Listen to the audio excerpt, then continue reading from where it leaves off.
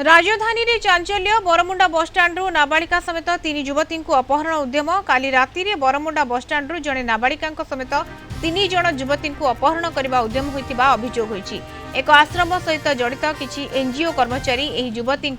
जिला बाहर को चालाण करने उद्यम करुवा घटना सामना को आसी। भयभीत अवस्था युवती मैंने दौड़ी दौड़ी बरमुंडा बसस्टाण्ड रे पहुंची निजक बचाइवाई से बसस्टाण्ड निकटस्थ गली और बस तले लुचि जाते समय संपृक्त एनजीओर किसी महिला कर्मचारी से पिछा करुवा देखा घटना को देखि बसस्टाण्ड सुरक्षाकर्मी मैंने हस्तक्षेप कर युवती मान उद्धार करते। उद्धार समय युवती मैंने इच्छा विरोध में जमापड़ी सुरक्षाकर्मी मैंने बरमुंडा बसस्टाण्ड फांडी पुलिस रे जिम्मा देते। पुलिस युवती मान पचराउचरा करने सर्ट स्टे होम रे रखिथिबा बेले घटनास्थल और आखपाख अंचल विभिन्न सीसीटीवी फुटेज को जांच करुछि।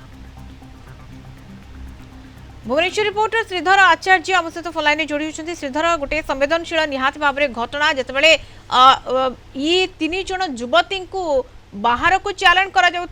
समय रेड हैंडेड धरा पड़ी जो एनजीओ सुरक्षाकर्मी माने एनजीओ महिला माने निश्चित भाव मधुस्मिता देखु एक बड़ घटना राजधानी गतकाली विलंबित राति में बरमुंडा बस स्टाण्ड रे अभावन घटना देखा मिली। बरमुंडा बस स्टाण्ड रु तीन जन युवती और जड़े नाबालिका को उद्धार कर बरमुंडा बस स्टाण्ड रे नियोजित थिबा सुरक्षाकर्मी माने हठात से सन्देह बढ़ता जितेबाला युवती और नाबालिका जनक आसिकी बस तले एवं पाखे गली गुड़िक लुचि भयभीत अवस्था थिले एवं सेमाने हठात क्या विश्वास कर पारुनथिले सेमानक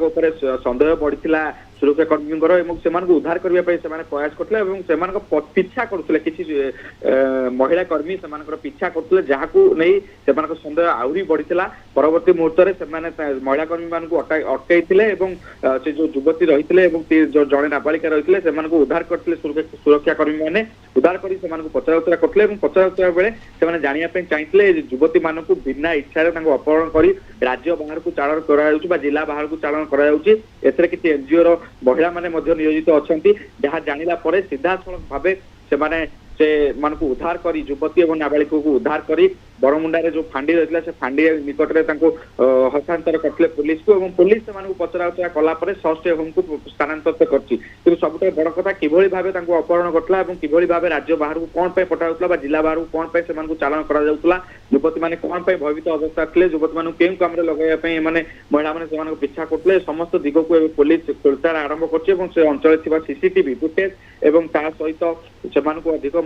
पचराउचरा कर निजक सुरक्षा देवाई दौड़ी थे बसस्टाण्ड रे बरमुंडा बसस्टाण्ड रे बस स्टॉप रो जो सुरक्षाकर्मी मैंने